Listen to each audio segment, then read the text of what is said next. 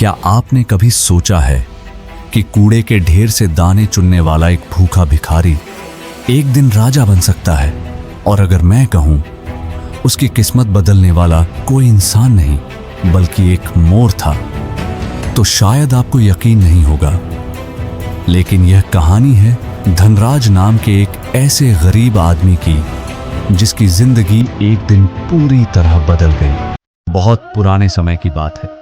एक छोटे से गांव में धनराज नाम का एक गरीब आदमी रहता था। उसकी गरीबी इतनी गहरी थी कि कई कई दिन उसके घर का चूल्हा नहीं जलता था। कभी उसे किसी के घर से बासी रोटी मिल जाती, कभी कोई मुट्ठी भर अनाज दे देता। लेकिन धीरे धीरे गांव वालों का दिल बदलने लगा। लोग कहने लगे, यह आदमी काम क्यों नहीं करता? हर रोज भीख मांगना ही इसका काम बन गया है। और एक दिन ऐसा आया जब किसी ने उसे भीख देना बंद कर दिया। अब धनराज हर सुबह गांव के बाहर पड़े कूड़े के ढेर में खाना ढूंढता था।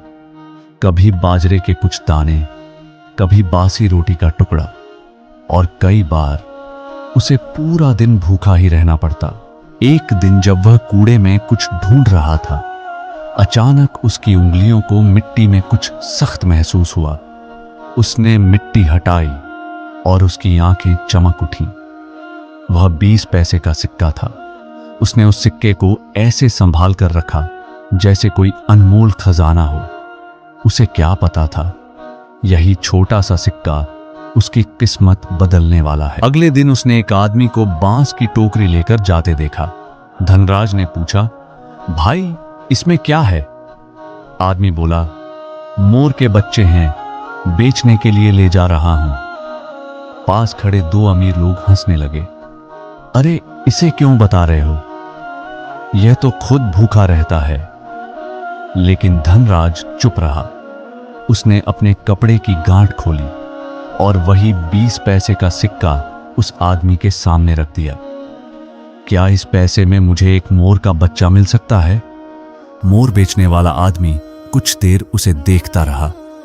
फिर उसने टोकरी खोली और एक छोटा सा नीले हरे पंखों वाला मोर का बच्चा उसकी हथेली पर रख दिया। आज से यह तुम्हारा है, इसका नाम होगा नीलू। उस दिन पहली बार धनराज के चेहरे पर सच्ची मुस्कान आई। अब धनराज अकेला नहीं था। हर दिन वह कूड़े से कुछ दाने ढूंढता, थोड़े खुद खाता और थोड़े नीलू को खिलाता। दिन भर दोनों साथ रहते और रात को उसी चटाई पर सो जाते। धीरे धीरे वह मोर उसका दोस्त बन गया। लेकिन एक रात कुछ ऐसा हुआ जिसने सब कुछ बदल दिया। आधी रात को धनराज की नींद खुली। उसे लगा जैसे कोई धीरे से पुकार रहा हो, मालिक। धनराज घबरा गया। कौन है? तभी वही आवाज फिर आई, मालिक मैं हूं, आपका मोर नीलू। धनराज के पैरों तले जमीन खिसक गई।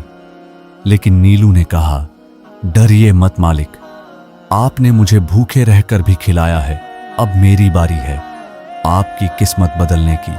कुछ दिनों बाद नीलू उड़ते उड़ते एक घने जंगल में पहुंचा। वहां उसे मिट्टी में दबा हुआ एक चमकता हुआ हीरा मिला। लेकिन नीलू समझदार था। वह हीरा लेकर सीधे राजा सत्यवर्मा के महल पहुंच गया। राजा उस बोलने वाले मोर को देखकर हैरान रह गए। नीलू बोला, यह हीरा मेरे स्वामी की ओर से भेंट है।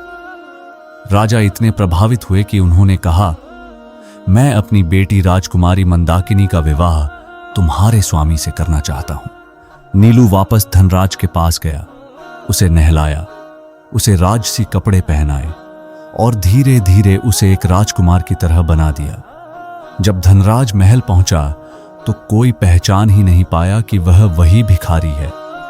कुछ ही दिनों में राजकुमारी मंदाकिनी का विवाह महाराज धनराज से हो गया।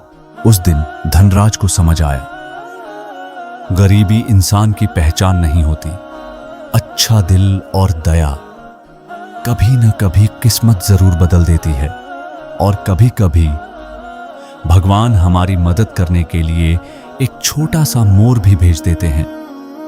अगर आपको यह कहानी अच्छी लगी हो तो वीडियो को लाइक जरूर करें और ऐसी ही कहानियों के लिए चैनल सब्सक्राइब करना मत भूलिए।